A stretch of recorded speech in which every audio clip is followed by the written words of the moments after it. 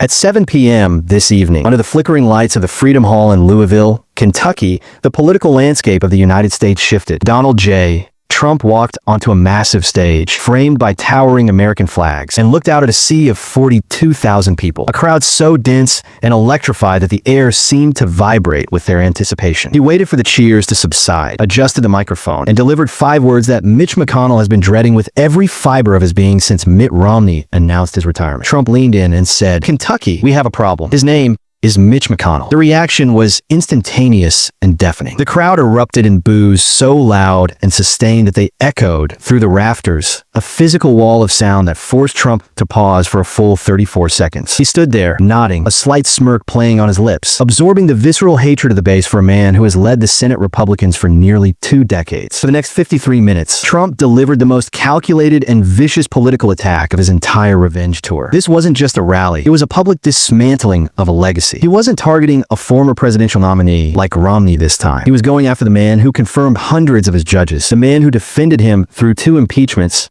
but the man who ultimately voted to convict him on the 3rd. To understand the weight of this moment, we have to look at the numbers that are terrifying every American household. In just 48 hours, U.S. markets have shed nearly 19% of their value. This isn't just a dip or a correction. This is a wipeout. Retirement accounts or 401ks are shrinking so fast that people are afraid to log into their banking apps. The news cycle is dominated by one terrifying phrase: bank stress. In the middle of this widespread fear, Trump's appearance was perfectly timed. He didn't wait for the dust to settle. He stood in the eye of the storm. For his followers, he wasn't just a candidate. He was a prophet. His opening line was a blunt, unapologetic hammer blow. "I warned you this would happen." This wasn't a standard political speech. This was a counteroffensive. Trump framed the current crisis not as an accident of global markets, but as the direct consequence of his removal from power. He positioned himself as the living proof that the system failed when it rejected him.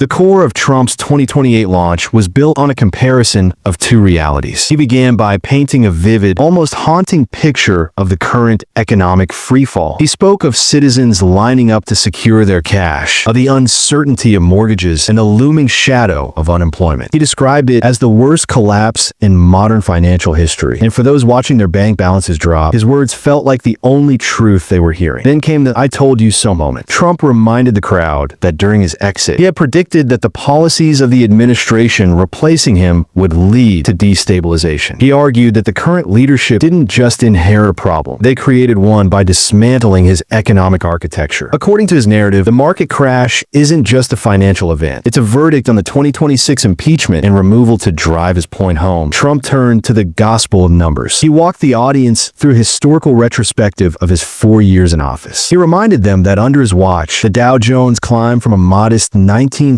to a staggering 38,000. He highlighted the 3.4% unemployment rate, a 50-year low, and the fact that inflation, the silent thief of the middle class, was kept firmly in a cage. "These are not opinions," he told the crowd. "These are facts. Numbers don't lie." He used large screens to display charts that looked like a mountain range, a steady, steep climb during his presidency, followed by a jagged, terrifying drop after his removal. The visual impact was undeniable. To the 50,000 people in that arena, the blue and red lines on the screen were more than data. They were the difference between a comfortable life and a struggle for survival. The atmosphere grew even more tense at 7:23 p.m. when Trump reached the core of his grievance, the impeachment. His voice dropped an octave, becoming heavy with the weight of perceived betrayal. How did he repay that loyalty? In February 2026, when the Democrats launched their 3rd witch hunt, Mitch McConnell didn't stand with the president who made his career. He voted to convict. He voted to remove me from the office he put me in. He stabbed me in the back while giving a sanctimonious speech about the Constitution. Principles? Mitch McConnell has no principles other than than his own survival. The booing lasted for nearly a minute this time. Trump let it build before delivering the killing blow. Mitch McConnell is a snake. He is a rhino. He is a traitor. And tonight, on behalf of every patriot in this country, I am here to fire him. The crowd took up the chant, "Fire Mitch, fire Mitch." It was a rhythmic,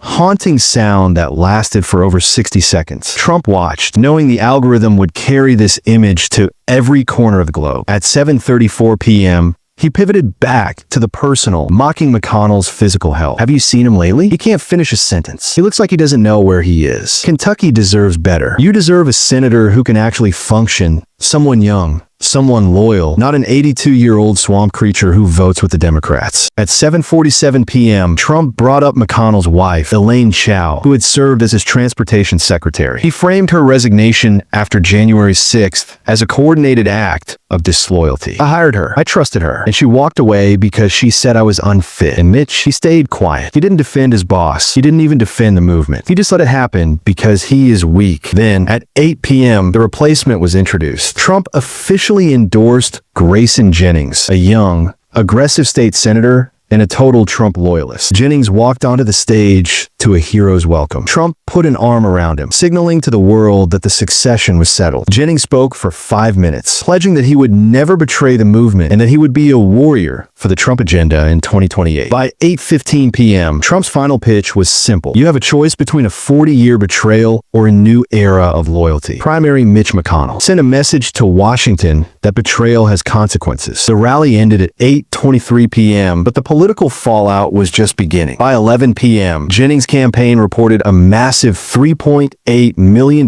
in donations. Meanwhile, in Washington, McConnell issued a defiant statement, refusing to retire and promising to fight for his seat in 2028. Trump immediately fired back on social media, promising that by the time the primary arrived, McConnell would wish he had retired in peace. By midnight, the numbers were in. A flash poll of Kentucky Republicans showed McConnell trailing Jennings by a staggering 35 points, 61% to 26%. Betting markets plummeted, giving McConnell only a 19% chance of survival. Major donors began to signal that they would no longer fund his campaign, calling him politically toxic. On an emergency strategy call, McConnell reportedly told his team, "I've fought my entire life. I'm not stopping now. If I lose, I lose, but I won't give him the satisfaction of a surrender." Over the next 90 days, we are watching for several key indicators that will determine if this is truly the end. First, we will watch the polling. If McConnell cannot move his numbers above 30%, the race is effectively over. Second, the money. Without the support of major donors who are currently fleeing to Jennings, McConnell will struggle to buy the airtime needed to combat Trump's rallies. Third, the frequency of Trump's returns to Kentucky. If Trump makes this a monthly event, the pressure will be insurmountable. Fourth, the reaction of other Kentucky Republicans. Will any of them dare to stand by McConnell, or will he be left in total isolation? We are also watching McConnell's physical health. Any further incidents of freezing will only reinforce Trump's narrative of age and weakness. Furthermore, we are looking at the 15 other senators who voted against Trump. If they start to retire, it proves the purge is working. Finally, we are watching Trump's own political strength. If his 2028 numbers continue to climb, his endorsement becomes a death sentence for any opponent. In the first scenario for the future, McConnell fights a grueling, expensive year-long campaign only to lose the primary 70-30 in May 2028. He leaves the Senate in total disgrace, his 46-year legacy reduced